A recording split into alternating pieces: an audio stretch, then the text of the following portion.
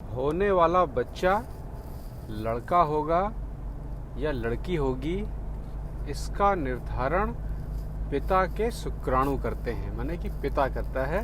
तो खास तौर पे वो लोग ध्यान दें जो लड़के लड़की के चक्कर में रहते हैं, माने लड़का चाहते हैं और अपनी पत्नियों पे दोष डालते हैं।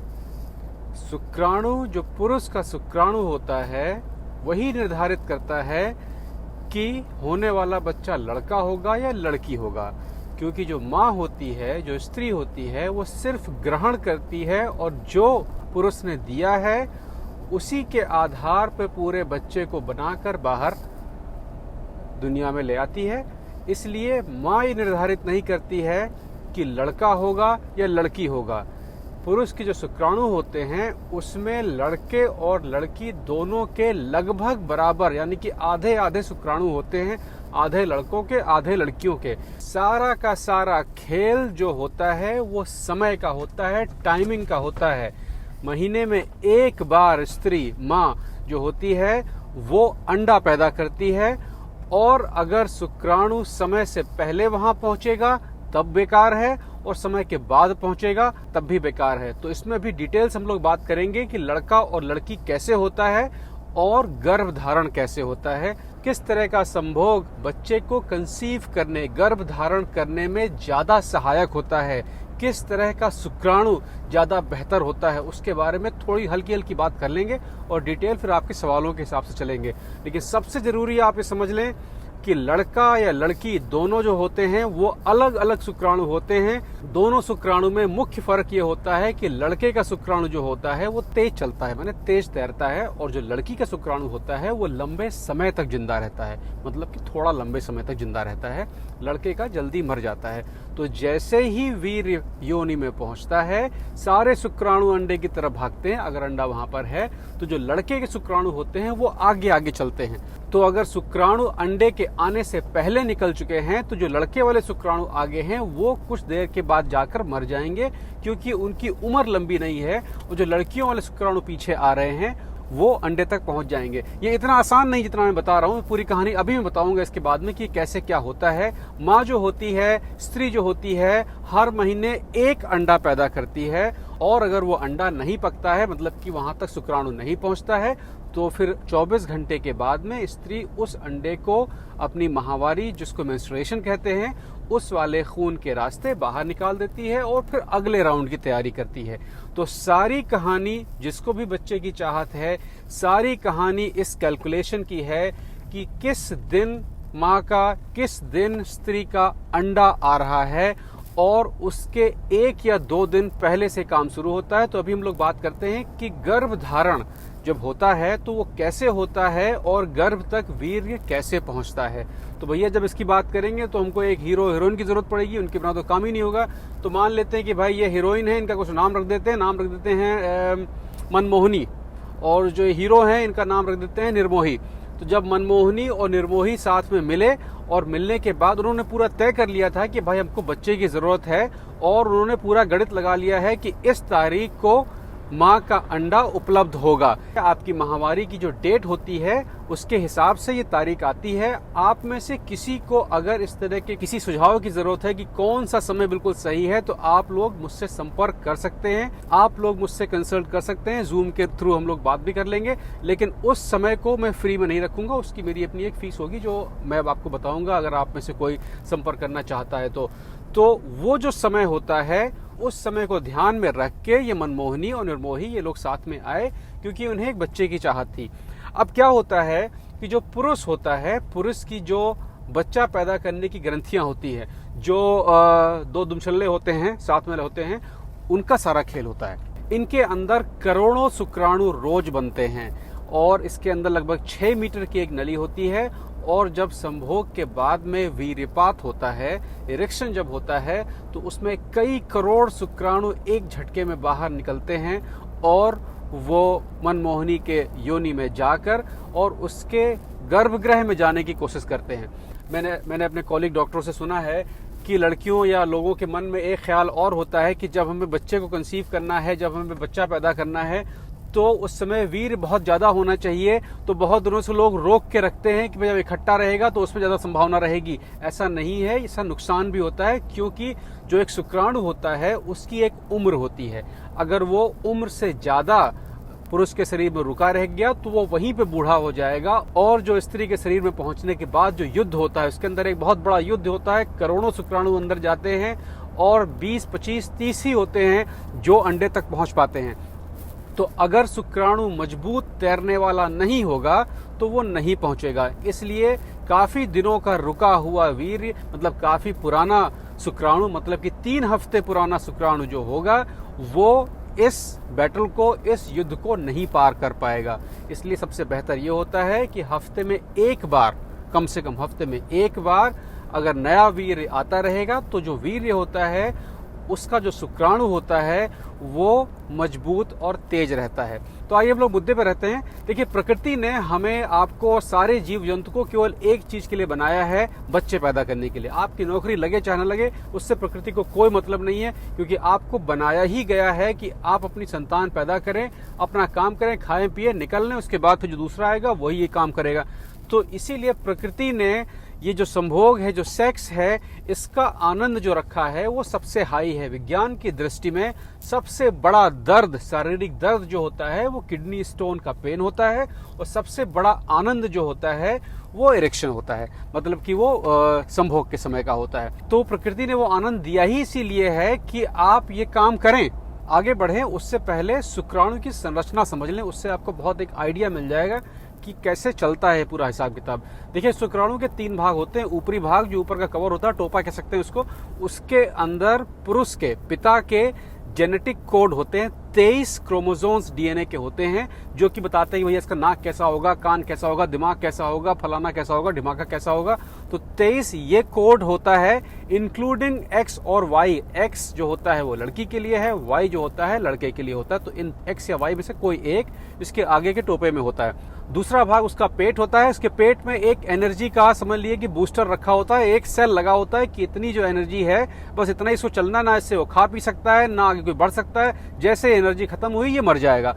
और नीचे पूंछ होती है भैया, लेफ्ट राइट, और आगे कैसे जाएगा। शुक्राणु कभी पीछे नहीं आ सकता, कोई रिवर्स गियर नहीं होता उसके अंदर, केवल वो आगे चलता है, इधर उधर जा सकता है लेकिन पीछे नहीं आ सकता है। तो ये शुक्राणु की संरचना होती है। और जो प्रकृति होती है वो सबसे बेहतर शुक्राणु का चुनाव करती है। इसलिए अंडाशय तक पहुंचने के लिए बहुत सारे बैरियर लगा देती है कि जब करोड़ों शुक्राणु अंदर जाएंगे, जो सबसे अच्छे वाले होंगे वही अंडे तक पहुंचे। तो प्रकृति ने उसके लिए पूरा एक वीडियो गेम बना रखा है कि ये पहली स्टेज, ये दूसरी स्टेज, ये तीसरी स्टेज, उसके बाद वो अंडे तक पहुंचता है। और 5 में से 3 बार वो अंडे तक पहुंचता ही नहीं है। इसी वजह से बहुत बार आपने सुना होगा कि इनके बच्चे नहीं हो रहे, उनके बच्चे नहीं हो रहे। तो ये भी सकता है कि भाई उनका शुक्राणु जो है वो उतना ठीक से तैर नहीं पा रहा है, और जो ब्लॉक है, जो प्रकृति ने तरह तरह के जेल बना के रखे हुए हैं, उसी में फंस के रह जाता है। तो पहली स्टेज ये है कि जब भी वीर्यपात होता है संभोग के समय, तो वीर्य बहुत तेजी से 6 मीटर की एक नली से घूमता हुआ फटाक से बाहर निकलता है। तो उसमें पुरुष को तो बड़ा आनंद आता है, लेकिन वीर का क्या हाल हो रहा होगा कि भैया 6 मीटर की नली में 50 किलोमीटर प्रति घंटे की रफ्तार से कोई चीज निकलनी है, तो हजारों तो वहीं मर जाते हैं जितने कमजोर होते हैं, टेढ़े मेढ़े, जिनके मुंह सही नहीं है, वो सब जो हल्के शुक्राणु जितने होते हैं वो उसी झटके में ही मर जाते हैं पहले राउंड में। मतलब कि माँ के शरीर के अंदर पहुंचने से पहले ही लगभग 15 से 16% शुक्राणु मर जाता है। पहुंचने के बाद जब वो अंदर पहुंचता है तो उसका मुकाबला सबसे पहले होता है, स्त्री की योनि होती है, उसमें एक बैक्टीरिया से भरा हुआ एक जेल जैसा एटमॉस्फेयर होता है, उसके थ्रू उसको तैर के जाना होता है, उसको पार करना होता है। और उसमें तैरना आसान नहीं होता है, क्योंकि वो कोई पानी जैसा आइटम नहीं होता है, वो बिल्कुल जेल जैसा आइटम होता है, कीचड़ जैसा आइटम होता है। तो उसमें क्या होता है कि हजारों हजार शुक्राणु, जिसमें जरा सी भी कोई कमी है, वो शुक्राणु उसी में फंस के रह जाते हैं और आगे नहीं बढ़ पाते हैं। उसमें आगे बढ़ने के बाद में जब ये दूसरा राउंड पहुंचता है, दूसरा राउंड पहुंचते पहुंचते शुक्राणु काफी थक जाता है। तो उसके लिए प्रकृति ने एक व्यवस्था कर रखी है। इन सब चीजों के नाम होते हैं, वैज्ञानिक नाम होते हैं, लेकिन वो यहाँ पर इतने जरूरी नहीं है। उसके लिए प्रकृति ने व्यवस्था ये कर रखी है कि अगर अंडा उस समय आने वाला होता है तो अंडे की तरफ से एक विशेष तरह का द्रव उस नली में पहुंचता है और वो द्रव जो होता है वो एक तरीके की सीढ़ी होती है, एक तरीके का रास्ता बताने का होता है कि आपको इस तरफ जाना है। शुक्राणु जो होता है उसमें आत्मा नहीं होती है, लेकिन उसमें जीवन होता है। शुक्राणु देख नहीं सकता है, लेकिन शुक्राणु सूंघ सकता है। तो वो अंडे की स्मेल को, अंडे की खुशबू को सूंघता हुआ चलता है और वो खुशबू बहुत अच्छी होती है। उस खुशबू का नाम मैं नीचे लिख देता हूँ।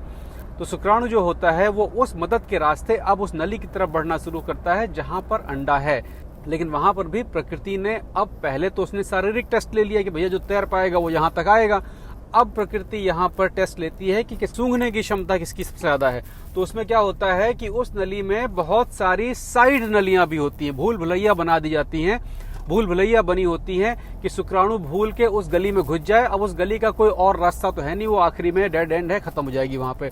और शुक्राणु में कोई बैक गियर तो होता नहीं है, वो अगर गलत रास्ते मुड़ गया तो उसका काम वहीं से निपट गया, वहीं से खत्म हो गया। ये सारे टेस्ट हैं प्रकृति के। प्रकृति चाहती है कि उसका जो अगला बच्चा हो, मतलब कि हम सब प्रकृति के बच्चे हैं, उसका जो अगला बच्चा हो, अगला जनरेशन हो, वो सबसे बेहतर हो। तो यहाँ पर शुक्राणु के अब सेंस का टेस्ट हो रहा है कि कौन सा शुक्राणु उस खुशबू को खोजता हुआ सीधे रास्ते पर पहुंचता है। और उस तरह के शुक्राणुओं की संख्या बहुत कम होती है, करोड़ों से शुरू होता है और अंडे तक पहुंचते पहुंचते शुक्राणुओं की संख्या लगभग 80 से 82 रह जाती है। वो शुक्राणु जो सबसे पहले अंडे को छूता है वही बच्चा बनता है, वही आपका बेटा या बेटी बनता है। जैसे ही शुक्राणु अंडे को छूता है, इस नली के सारे रास्ते बंद हो जाते हैं। अब उसके बाद अगले 9 महीने तक कोई और शुक्राणु अंदर नहीं आएगा। माँ का गर्भाशय, स्त्री का गर्भाशय एक्चुअली 2 तरफ खुलने वाला एक ताला है, जो या तो लड़की की तरफ खुलेगा या तो लड़के की तरफ खुलेगा। कौन सी चाबी लग रही है, किस तरफ खुलने वाली चाबी लग रही है, कौन सा शुक्राणु आ रहा है, उसके आधार पे वो खुलेगा। यहाँ तक मैंने अभी तक जो बताया है, जो एक यात्रा पूरी बताई है, जो एक युद्ध पूरा बताया है, इसका अंत यहाँ पर ऐसे भी हो जाता है कि मान लीजिए शुक्राणु वहां तक पहुंच गया लेकिन अंडा आया ही नहीं, तो क्या होगा? जो लड़के वाले शुक्राणु हैं वो तो अपना उस समय तक आते आते आते मर जाएंगे। लड़की वाले कुछ देर तक रुके रहते हैं और अगर अंडा आ गया तो लड़की का ताला खोल लेगी, वरना लड़के वाले का ताला खुलना था। अगर अंडा समय पर नहीं आया तो वो भी मर जाएगा, फिर कोई बच्चा कंसीव नहीं होगा और फिर आपको 1 महीना इंतजार करना पड़ेगा। 1 महीने के बाद फिर अंडा आएगा। अंडा 24 घंटे रहता है, तो वो टाइमिंग बहुत जरूरी होती है। अगर वो समय आपने ठीक से कैलकुलेट नहीं किया तो आप सालों साल इंतजार करते रहिए, संतोषी माता की पूजा कराइए, ये साधु बाबा का आशीर्वाद लीजिए, होना वो उस टाइम पे ही है, उसके अलावा कुछ नहीं होना है। जो लोग बच्चे की चाहत रखते हैं उनके लिए सबसे जरूरी जानना यह है कि पुरुष का जो वीर्य है, पुरुष का जो शुक्राणु है, वो ताजा होना चाहिए, यंग, नौजवान होना चाहिए, रुका हुआ नहीं होना चाहिए। तो ऐसा नहीं होता है कि आपने पूरा महीने भर से रोक के रखा हुआ है कि भाई ये डेट है, इस डेट के आसपास जाके हम लोग अपना कुछ मोही निर्मोही करेंगे और फिर उससे हमारे चांस बढ़ जाएगा। चांस बढ़ाने के लिए आप खाना पीना अच्छा रखें, हल्का खाना खाएं। हल्का खाने से शरीर आपका ज्यादा बेहतर तरीके से काम करता है, ज्यादा बेहतर शुक्राणुओं की पैदाइश भी करता है। लड़का और लड़की की चाहत वाले लोग ये समझ लें कि लड़का और लड़की पुरुष पर निर्भर करता है, इसलिए अपना ध्यान अगर लड़की की तरफ लगाना है तो कैलकुलेशन पे लगाइए, गणित पे लगाइए। आपका अगर गणित सही है तो आपका वो चांस बढ़ जाएगा और बहुत सारी संस्थाएं इस गणित को जोड़ने घटाने में मदद भी करती हैं। लेकिन मेरा आपसे अपना सुझाव यह होगा कि ऐसा समाज पैदा करिए जहां पर दहेज न चलता हो। फिर जब दहेज नहीं चलेगा तो वहां पर लड़का और लड़की का इतना कुछ फर्क नहीं पड़ेगा, क्योंकि आपको दूल्हा खरीदने की जरूरत ही नहीं है फिर, है कि नहीं? और आपको अपना लड़का बेचने की जरूरत भी नहीं, उसके पैसे वैसे आपको नहीं तय करने पड़ेंगे, इतना दोगे तभी देंगे। तो ये एक हल्की लाइन थी कि गर्भ धारण कैसे होता है। देखिए ये जो फोटो है ये ठीक उस समय की फोटो है जब शुक्राणु अंडे तक पहुंच गया था। ये ओरिजिनल फोटो है, बिल्कुल ऐसा ही होता है शरीर के अंदर। तो अगले बार में बात करेंगे जब ये शुक्राणु अंदर पहुंचता है तो बच्चा कैसे डेवलप होना शुरू करता है। आपके इस मामले में अगर कोई सवाल हो तो आप लिख के जरूर भेजें, क्योंकि मैंने ये एपिसोड बहुत हल्के में बनाया था। मुझसे कहा गया था कि आप 10-15 मिनट से लंबा एपिसोड ना बनाया करिए।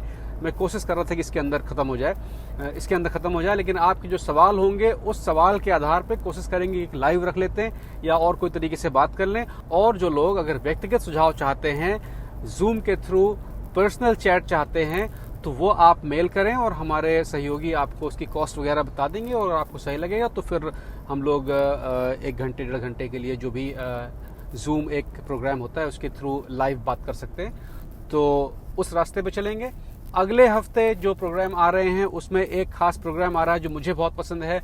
वो ये है कि शादी ब्याह जो करने जा रहे हैं जो लोग, या जिनकी अभी भी शादी हो गई है, या जिनकी शादी 30-40 या जिनकी शादी के 25-30 साल हो गए हैं और अब वो कह रहे हैं कि यार अब वो हमारी बीवी हमारे टक्कर की नहीं है, या घरेलू झगड़े जो हैं उन झगड़ों से कैसे निपटा जाए, उस पे एक प्रोग्राम आ रहा है। और एक प्रोग्राम आ रहा है कि आत्मा शरीर में कहाँ पर रहती है, वो भी मैं अपने एनाटॉमी रूम में जाकर मैं ऑपरेशन करके दिखा दूंगा कि इस जगह पर आत्मा रहती है और आत्मा होती क्या है वैज्ञानिक दृष्टि से। मैं स्पिरिचुअल भाषा में नहीं जाऊंगा, मैं बिल्कुल जो विज्ञान कहता है, विज्ञान के हिसाब से आत्मा क्या होती है। जैसे मैंने कहा था शुक्राणु में जीवन होता है, आत्मा नहीं होती है। तो विज्ञान के हिसाब से आत्मा क्या होती है, वो कहाँ रहती है और वो कब आती है चली जाती है, उस पर अगले हफ्ते आएंगे। आज का यही तक का था। समझ में आया हो, सही लगा हो, सब्सक्राइब जरूर करिएगा, क्योंकि साथ में रहेंगे तब मजा आएगा ना काम करने का। फिर मिलते हैं।